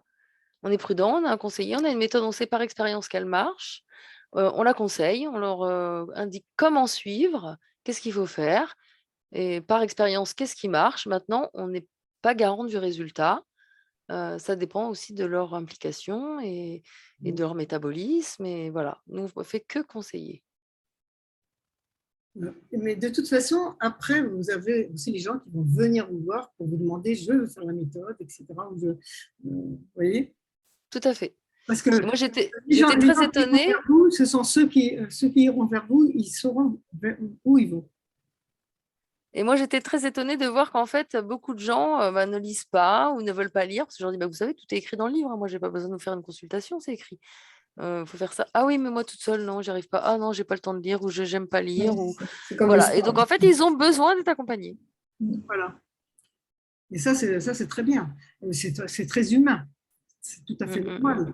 On joue un peu le rôle de la grand-mère de la tribu. Quoi. Vous voyez, donc, mais c'est normal. Ça, c'est tout à fait normal. Il faut faire simplement attention d'attendre qu'ils viennent. Mais ça voilà. Alors, est-ce qu'il reste des questions? Parce que je voulais faire intervenir Aurélie, si vous avez envie de partager avec elle son expérience de l'examen qu'elle vient de passer, dont elle n'a pas encore les résultats, mais voilà, elle a passé ses écrits, son oral, justement, puisqu'on est en train de parler du certificat de praticien. Donc, Aurélie est là. Si Aurélie, tu veux déjà nous faire, toi, ton petit, peut-être, débrief sur ce que tu as vécu avec les examens ou la formation. Et puis après, si vous avez envie d'échanger ou de poser des questions, c'est le moment. Oui, avec plaisir. Les examens, c'était très bien. Enfin, ça s'est bien passé.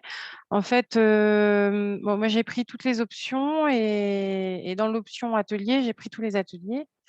Donc, je m'étais préparée pour tout ça. Mais en fin de compte, France nous prépare très bien pendant les 9 modules parce qu'on revient toujours centré sur la méthode avec des points de vue différents, mais qui nous ramènent toujours à l'essentiel de la méthode. Donc, on est bien préparé.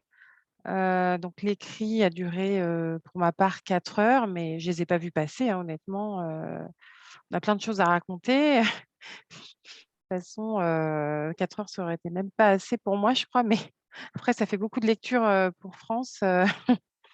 Mais oui, j'ai tout corrigé. Hein. Vous avez été oui. Vous êtes vraiment à une bonne promotion. Ah bah super.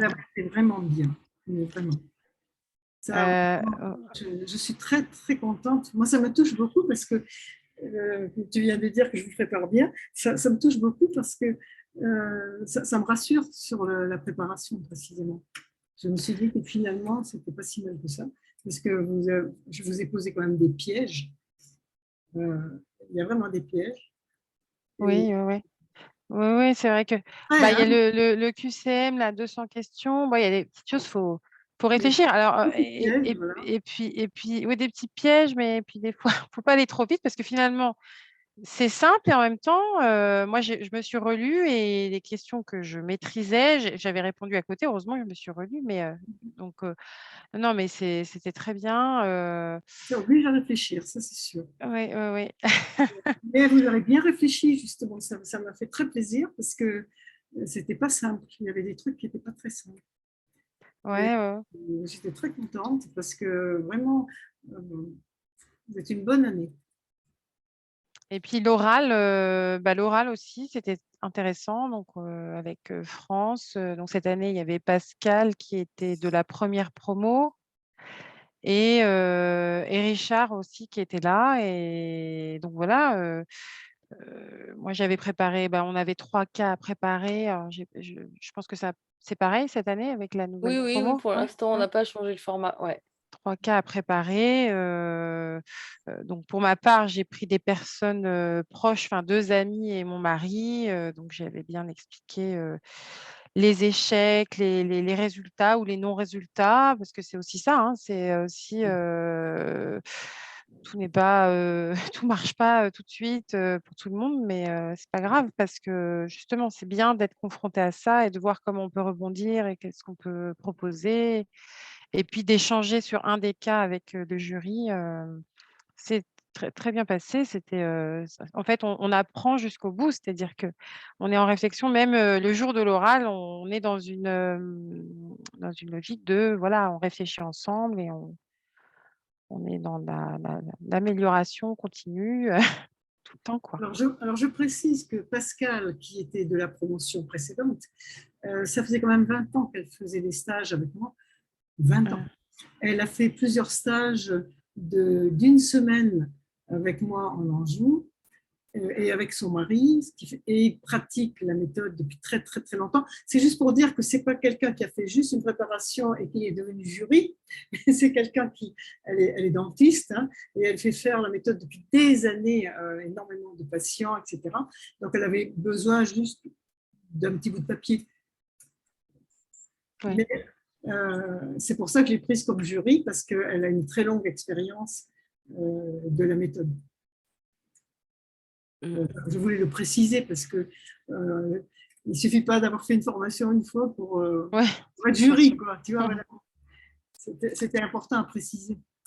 Mais comme le disait Aurélie, en fait, même après être praticien, on continue d'apprendre et c'est bien le principe de ce que nous enseigne France, c'est que la méthode, elle sera toujours en perpétuelle évolution avec vous, grâce à vous et avec l'expérience de nos patients, entre guillemets, ou clients, et que c'est en permanence une remise en question et de la recherche. Voilà.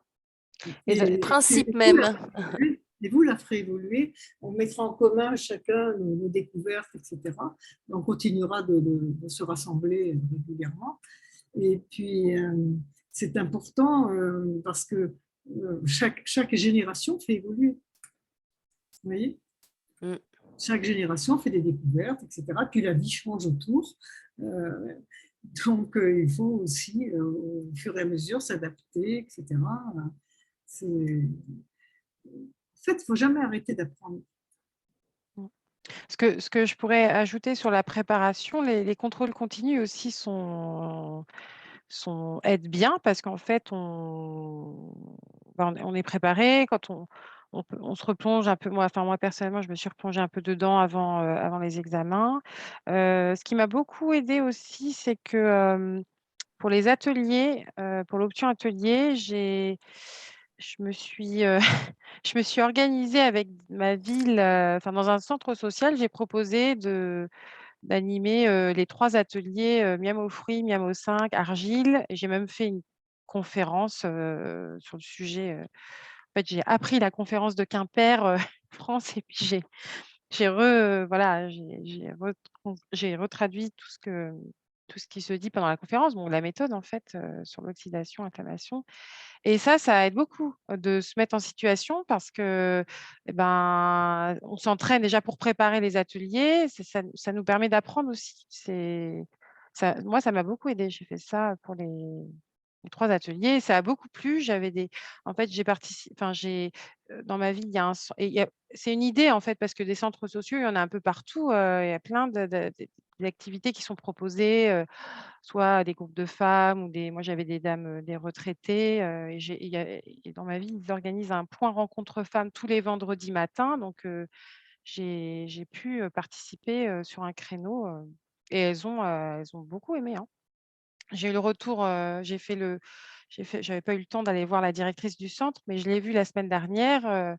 Elle est très intéressée. Enfin, elle m'a dit qu'elle a vu des très bons retours et elle est même intéressée pour qu'on se pose. Donc là, c'est l'été, il y a plein d'animations dans la ville, mais on va se poser un peu plus tard pour voir ce que je peux proposer autour de ça dans l'année, poser des rendez-vous. Donc c'est positif, quoi. Super. Hein. Mm. Bravo, bravo. Ça fait très, très, très plaisir. Et c'est vrai que c'est une bonne idée d'apprendre des conférences, de les écouter. C'est une très, très bonne idée parce que ça vous met des mots, ça vous donne des images, etc. C'est intéressant. Et après, vous avez votre propre expression. Après, vous avez vos propres exemples, etc. Oui. Moi, je l'ai écouté, j'ai même écrit comme des cours, quoi. Enfin... Oui. C'est une très bonne idée. C'est ça apprendre. Hein. Alors, Taonao, vous avez des questions avec Aurélie ou ça va? En tout cas, vous avez été très bien. Hein, nous, ça nous a beaucoup touché, le jury. Ça nous a beaucoup touché parce que ça faisait vraiment plaisir de voir le naturel, la spontanéité et une bonne maîtrise. Vraiment une bonne maîtrise de la méthode. C'était très touchant. Ça fait vraiment plaisir. Moi, j'ai une question pour Aurélie. Oui. Je voulais savoir, Aurélie, comment tu es venue à la méthode, comment tu l'as découverte et depuis combien de temps? Alors, moi, je l'ai découverte grâce à ma maman qui avait un livre il y a, je sais pas, dans les années 2000, non, avant, 95, 97, j'étais au lycée. C'est comme ça que j'ai découvert les bains dérivatifs. Et il n'y avait pas ce super livre, La méthode, parce que ça, c'est pareil, pour les révisions, c'est bien de... Moi, j'ai relu le livre une fois en entier, en me posant bien dessus. Et puis, de toute façon, on raccroche tout avec les modules, on raccroche tout avec tout ce qu'on a vu. Mais ça cadre bien, ça synthétise bien. Enfin, ça synthétise pas, mais ça reprend tout, en fait. Donc, moi, je l'ai connu il y a, voilà, 97, je crois. Alors, c'était sur les bains dérivatifs. À l'eau, c'était à l'eau à l'époque. J'ai connu les poches un peu plus tard et puis et j'étais allée voir France en conférence à Paris, je devais avoir 20 ans, je ne sais plus. Et c'était sur la méthode, mais elle parlait aussi un peu de l'argile. Donc j'avais acheté le petit livre sur l'argile et puis j'avais la recette du miam aux fruits. Enfin, j'avais tout comme ça éparpillé. J'ai essayé un peu les poches quand elles ont été les premières, là, les Yocool, et j'ai oublié la méthode. Elle est partie dans un coin de ma tête et je m'y suis rapprochée. Je m'en suis rapprochée en fin février 2021, parce que pendant un mois, j'étais fatiguée, épuisée. J'ai un troisième enfant là, qui faisait pas ses nuits depuis 2 ans et demi, plus une grossesse difficile. Enfin, j'étais épuisée, épuisée, je ne m'en sortais pas et je voulais pas aller chez le médecin. Je cherche toujours quelque chose qui peut m'éviter de faire ça. Et là, j'ai eu un déclic. Je ne sais pas comment, mais j'ai dit, tiens, j'ai repensé à ça. Et puis, j'ai redécouvert tout le travail, toute la mise en lumière avec tout ce qu'il y a comme témoignage sur Internet et puis les conférences que moi, je n'avais pas visionnées pendant 10 ans. J'ai laissé un peu ça de côté. Mais là, j'ai redécouvert France et toutes ces tout ce qu'il y avait en ligne, quoi, la conférence de Quimper, les podcasts sur Métamorphose, les témoignages de Déborah, de Jonathan, voilà. Après, j'ai acheté des livres que je n'avais pas, les deux, là, le bain dérivatif et la méthode, et j'ai tout redécouvert. Et puis c'est surtout, je m'y suis mise et ma fatigue chronique est partie en 1 semaine ou 2 semaines. C'est-à-dire que même si mes nuits étaient encore courtes et encore hachées, bah, je me réveillais un peu plus tôt, mais en forme, avec les poches et le miam aux fruits. Donc voilà, j'étais convaincue. Et comme j'étais dans un projet, comme je suis dans un projet depuis bientôt 2 ans dans le bien-être, une création d'entreprise qui a la vocation de faciliter l'accès au bien-être par le massage, notamment une certaine pratique du massage, et ben, ça allait complètement dans le sens de ce que je veux apporter, c'est-à-dire tout le monde, il n'y a pas besoin d'être riche pour accéder au bien-être. Et ça, c'est complètement, ça va complètement avec, puisqu'on est sur un retour aux sources qui permet de, quand on l'applique, de se sentir en forme, quoi.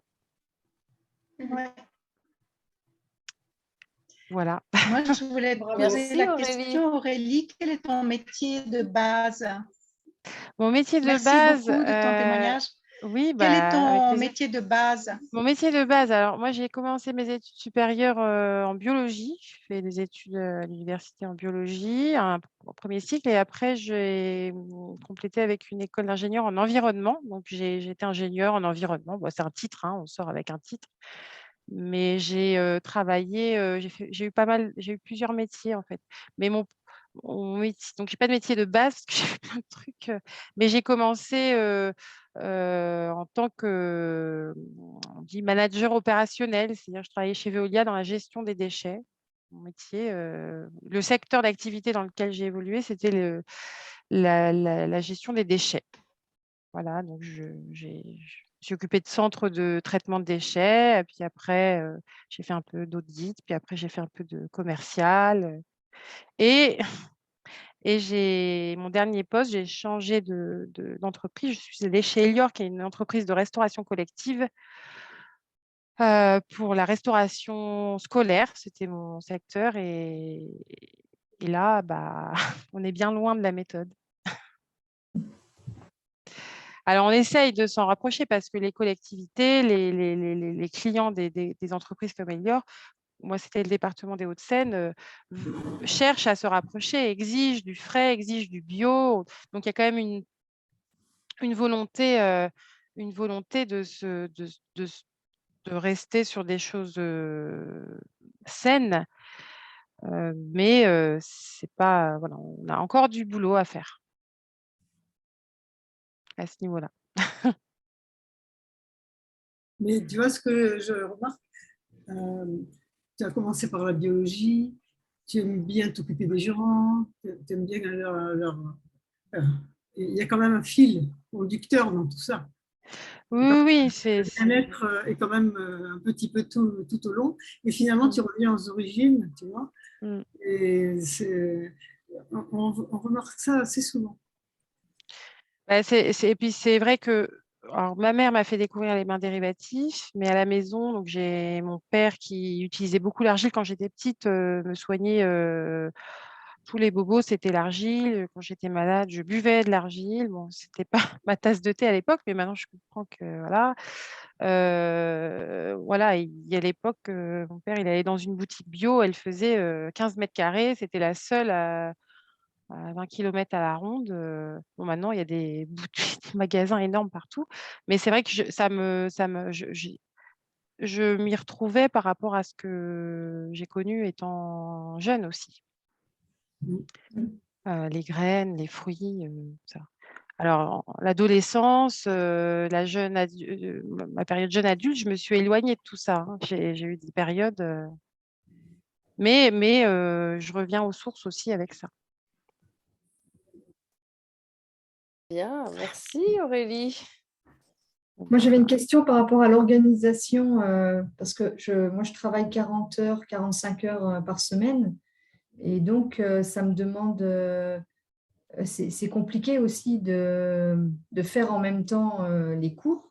Donc, je voulais savoir au niveau de ton organisation, comment est-ce que est-ce que c'était tous les jours? Est-ce que c'était, comment tu as fonctionné jusqu'à l'examen?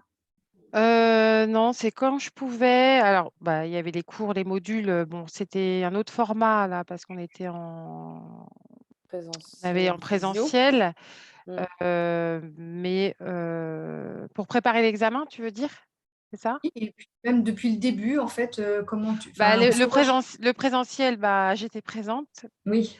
Les contrôles continus, on fait au mieux, hein. De toute façon, Virginie et France sont aussi bienveillantes dans ce sens-là, c'est-à-dire qu'on a des petits aléas et on fait au mieux chacune. L'objectif, c'est d'atteindre l'objectif, mais dans les meilleures Oui, oui, conditions. ouais. Il n'y a pas de stress avec ça. Donc, j'ai géré les priorités parce qu'avec mon projet de création, je suis très occupée aussi avec les 3 enfants, plus la Oui, bah création, oui. plus les formations. Mais non, ça, Non, mais ça passe oui, bien ça dans le... passe. Jour après jour, Voilà. on y arrive. Et puis, la formation dure longtemps. Enfin, Bah oui. on peut s'organiser. Et pour la préparation de l'examen, je l'ai fait en plusieurs fois. C'est-à-dire que la préparation des ateliers, parce que pour se filmer, il y a aussi les vidéos à faire, Virginie, là? Oui. Oui. Donc moi, je m'étais organisée pour pouvoir me filmer en organisant des ateliers comme Oui, ça, voilà. en expliquant au centre social que c'était dans le cadre d'une formation, que c'était bénévole, que c'était intéressant pour tout le monde. Et ça, en fait, le fait de faire ça, ça m'a aussi obligée à me préparer, quoi. Alors, je l'ai préparé en plusieurs fois et après, le jour de l'atelier, je me levais quand même à 5 heures du matin pour bien revoir mes fiches et tout ça. Mais voilà, et puis ça s'est très bien passé. De toute façon, on s'en rend pas compte, mais on connaît bien le sujet, hein. Parce que moi, j'ai fait les ateliers en mars. J'ai fait les ateliers en mars et en mars, on avait fini tous les modules. Et j'étais à l'aise pour expliquer aux gens. Voilà, j'ai eu les questions auxquelles France nous prépare. Ah, mais c'est cru, mais c'est trop de cru, mais non, il y a la mastication. Ah oui, c'est vrai. Bon, les gens déjà mastiquer. Mais qu'est-ce que c'est mastiquer? Non, c'est pas faire de la bouillie. Mais tout ça, ils sont captivés, hein, par toutes ces choses simples, en fait. Parce qu'en fait, c'est vrai que c'est simple, mais ils pensent pas. Et quand on leur explique, là, ils commencent à réfléchir. Ah, Oui, c'est chouette moi, d'avoir ce j'aimerais... retour. Oui, c'est très intéressant. Merci Aurélie et merci à vous tous. Puisque tu es dans un revirement professionnel, j'aimerais te poser la question, est-ce que tu as beaucoup de plaisir finalement d'avoir pris un nouveau tournant? Ah oui, complètement, complètement. Oui, oui, ah oui, je ne regrette pas du tout, au contraire. Après, je suis dans la concrétisation, c'est-à-dire je suis dans un tout début de lancement d'activité. J'attends. Bon, là, j'ai finalisé avec la formation, donc il va y avoir aussi tout le travail de pouvoir me faire connaître. Je travaille sur mon site internet et dans le projet bien-être. Enfin, mon projet bien-être, c'est à la base, c'est de concevoir des espaces bien-être itinérants dans des véhicules aménagés. Donc, c'est passionnant parce que je prépare tout ça. Le premier espace, il arrive en octobre normalement. Donc, c'est pour pouvoir faire du massage à Maassi. Et en fait, quand on masse les gens, j'en fais déjà, hein, je pratique déjà un peu en entreprise. Et quand on masse les gens, et en fait, il y en a toujours au moins 3 ou 4 qui vous parlent de leurs petits soucis. Alors, moi, je ne parle pas de la méthode à tous, mais il y en a au moins 1 ou 2, je fais un petit clin d'œil, hein. De toute façon, je ne peux pas, je suis en prestation et puis j'ai des rendez-vous qui s'enfilent, mais j'ouvre un peu l'esprit et puis souvent, les gens accrochent bien. Tu es dans quelle ville? Je ne sais pas si tu l'as dit. Non, non, je n'ai pas dit. Moi, je suis au Clé-sous-Bois, c'est près de Versailles. Enfin, c'est la région parisienne, c'est à l'ouest. Je suis à 10-15 minutes de Versailles. Les Clé-sous-Bois, ce n'est pas très connu. Des fois, les gens connaissent plus Trappes, Plaisir. Oui. Voilà. Donc, c'est une bonne idée, hein, ce système itinérant. je pense, quand j'en parle, on me le dit aussi. Mais après, il va falloir être dedans. Il va falloir le faire vivre parce que c'est un gros investissement. C'est une prise de risque importante. Oui. Il y en a qui c'est original, c'est indépendant. En ce moment, c'est intéressant d'être très libre. Oui. Ça va avec notre époque. Hein. Oui. C'est vraiment avec notre époque de changement. Oui, c'est vraiment intéressant. Ouais, on se rend compte vraiment que la méthode, elle est partout, elle rentre partout. Vous verrez, pour ceux qui ne pratiquent pas encore ou qui ne sont pas en activité dans le bien-être ou en contact avec du public, en fait, ça s'initie tout le temps, à tout moment. C'est incroyable, hein, dans toute conversation. Et vous pouvez voir, même quand vous allez prendre un train, vous allez discuter avec quelqu'un, tout de suite, il y a la méthode qui va venir. C'est sur le manque d'énergie, je ne dors pas, j'ai mal à la tête, j'ai des problèmes de règles. Il y a toujours quelque chose qui va arriver dans la conversation, qui ne part pas forcément de la santé, mais qui fait que vous allez rebondir sur la méthode parce que la méthode, elle fait partie de votre vie et qu'en fait, elle est toujours là en lien tout le temps. Et vous vous en rendrez compte après. C'est ce que disait un peu Aurélie. Et puis, du coup, aujourd'hui, on a 2 promos qui sont sortis. Il y a tout le monde qui se construit un peu autour de ça. Il y a plein de gens qui ont des projets. Il y a des associations qui se font.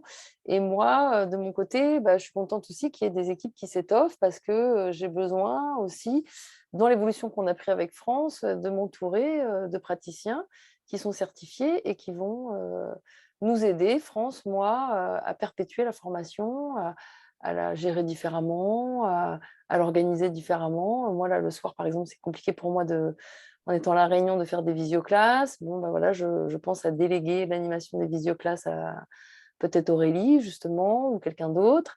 Voilà, mais ce que j'ai vraiment apprécié avec ce groupe, c'est la variété des propositions, des propositions qu'ils ont, la variété des manières d'utiliser la méthode. Ouais, c'est chouette, hein, on se rend compte vraiment. Comme Annette, elle est coiffeuse, elle va utiliser la méthode, une dentiste. Enfin, vraiment, là, j'ai encore eu des contacts mail avec une personne qui veut s'inscrire pour la session prochaine, qui est sage-femme dans une maternité spécialisée, amie des bébés, etc., là, avec les labels naturels. Et elle me disait que donc elle continuait à persévérer pour que sa direction lui paye la formation. Donc, sa directrice directe est complètement d'accord. Elle a validé, elle trouve le projet génial. Donc, il faut que ça remonte plus haut. Voilà, c'est un peu long, l'administratif, dans ce type de fonction publique, mais c'est quand même, on rentre dans la fonction publique. Donc, et là, elle me dit, j'ai une collègue gynécologue, je crois, ou sage-femme, qui arrive à La Réunion en septembre pour une mission d'1 an, je crois. Elle veut te rencontrer pour la méthode, voilà, elle veut faire des choses pour la méthode, etc. Donc, vraiment, ça se répand comme la poudre de perlimpinpin, c'est incroyable. Voilà, donc il y a plein de connexions à faire, vraiment. Oui, parce que chacune a sa façon de voir. De le mettre dans sa vie, dans son quotidien, dans son travail. Oui, il y a plein de façons de le faire. Ouais. Oui, ça, vous allez voir. Ouais. Et chaque année, je trouve que le groupe est meilleur. Alors, vous voyez, ça vous va? Parce que nous aussi, on s'améliore. Hein, chaque année, on essaye de progresser. On est parti de rien. On a tout créé. On a tout créé de A à Z et au fur et à mesure, on s'adapte aux besoins. On essaye de faire du mieux. Ouais, voilà, au fur et à mesure. Oui. Parce que c'est très, très intéressant. Je pense qu'on va être une sacrée famille à la sortie de tout ça. Ouais, d'année en année, on en a besoin. Parce qu'on ne se quitte pas, en fait. On continue de ah ben oui. Et vraiment... Tout le monde est en lien, tous les groupes WhatsApp sont toujours actifs.